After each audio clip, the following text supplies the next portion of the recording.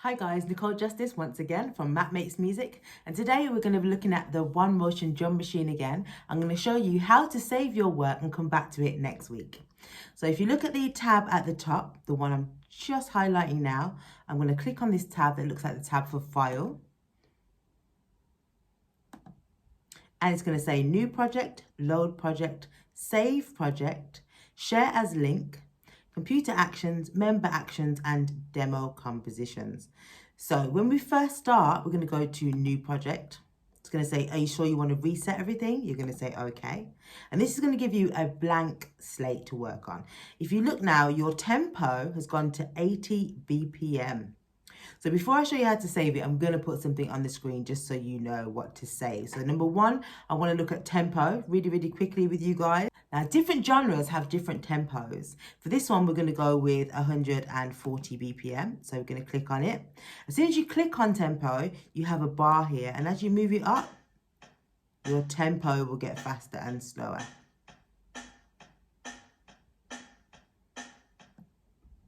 So that was a little example there that it gave you of BPM, which is brilliant. So what we can do now is put in a kick. If I put on a kick on the one of each bar, remember now guys that it has 4 beats in a bar. So this section here is 1, 2, 3, 4 beats, and that's 1 bar. This is 1, 2, 3, 4 beats, 2 bars, 1, 2, 3, 4 beats, 3 bars, and 1, 2, 3, 4 beats, 4 bars. So if I press play, you'll hear it's on the first beat of each bar.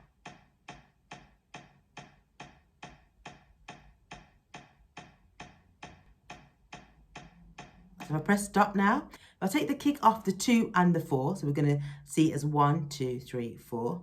And put the snare there. It should sound like this. And as I told you guys before, to make a really easy pattern with the hi-hat, we're going to have one, miss one, have one, and miss one. And if you play that, it's a really straightforward beat there.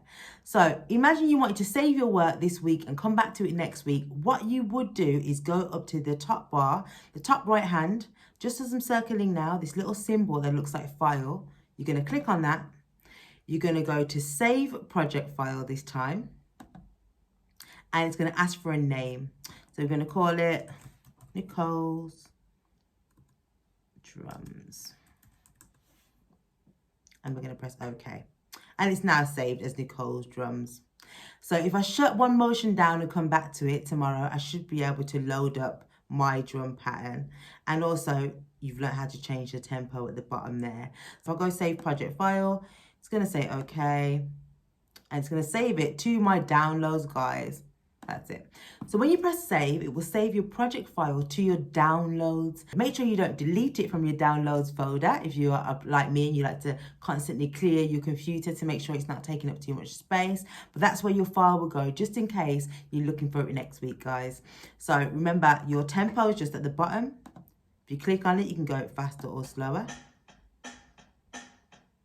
You don't really want to go any faster than 140 or 145 BPM. That's where you're going to make most of your drill or grind tracks. And you can go as low as you want. This is 86, and that's really slow. So again, have a little mess around with the patterns, guys, and try and find a rhythm and a groove that you like. Best thing to do is to play it, and then take stuff out that you don't like.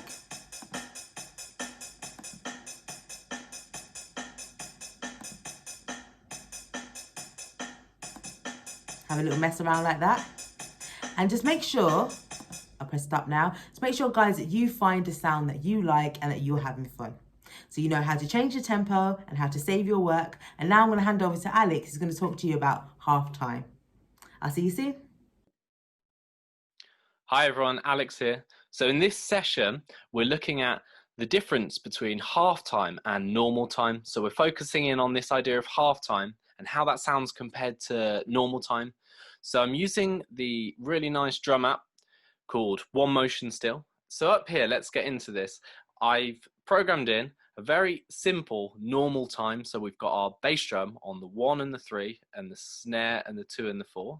So 1, 2, 3, 4.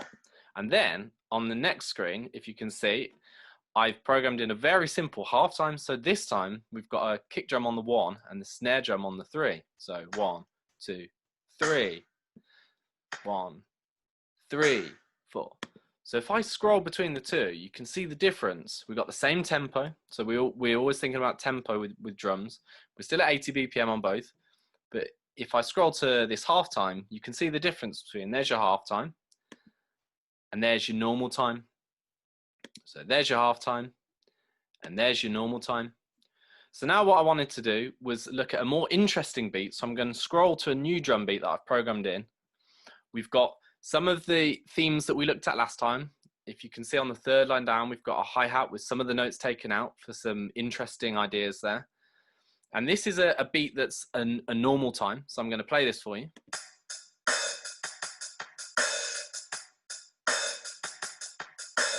So quickly, some of the features there, you can see in this normal time, we've got our snare drum on the 2 and the 4. We've got some of our broken hi-hats, as I've just mentioned. So we've got a 16th note feel, but some of them taken out. And I've got an interesting bass drum pattern there on the 3. And I've also just added an open hi-hat and a tom on the snare drum, just to give it a bit more emphasis. So what I'm going to do now is I'm going to play this beat one more time for you so you can hear that. 1 and a 2 and a 3 and a 4 and a. And now I'm going to scroll to the same beat using one motion, but I've turned it into half time. So there's the half time version. I'll scroll back to the normal time. And now here's the half time. So if you can see what's happened, I've moved the snare drum to the 3, along with the open hi-hat and that tom. So I've moved all the emphasis to the 3. So there's your normal time. And there's your half time. So let's have a listen to this half time version.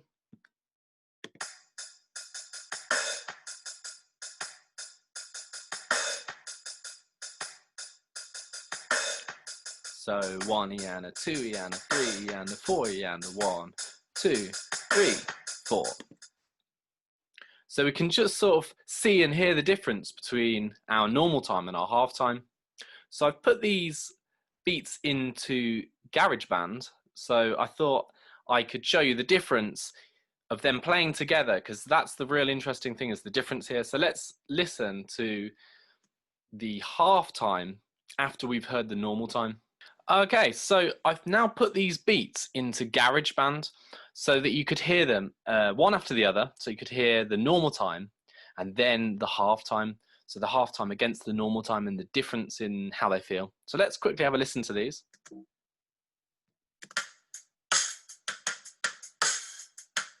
So there's your normal time and the half time.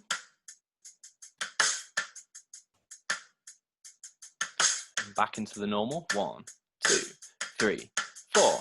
1, 2, 3, 4. Half time. 1, 2, 3, 4. 1 and a 2 and a 3 and a 4 and one more time.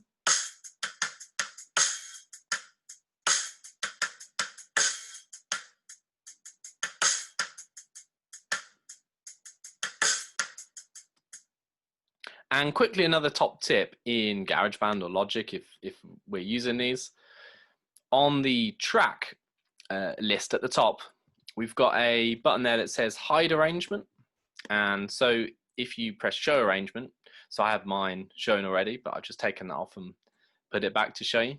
We've got the arrangement track, and that's really useful for thinking about what sections are in and showing us that. So if you look at that plus button there, and if you use that, you can create another section. So I already had my normal time in the arrangement put in. So if I wanted to put in a half time, I just click on that, rename,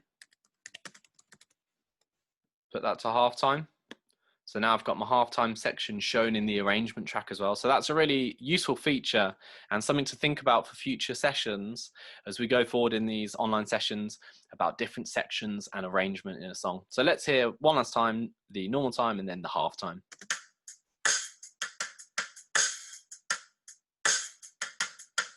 Now halftime.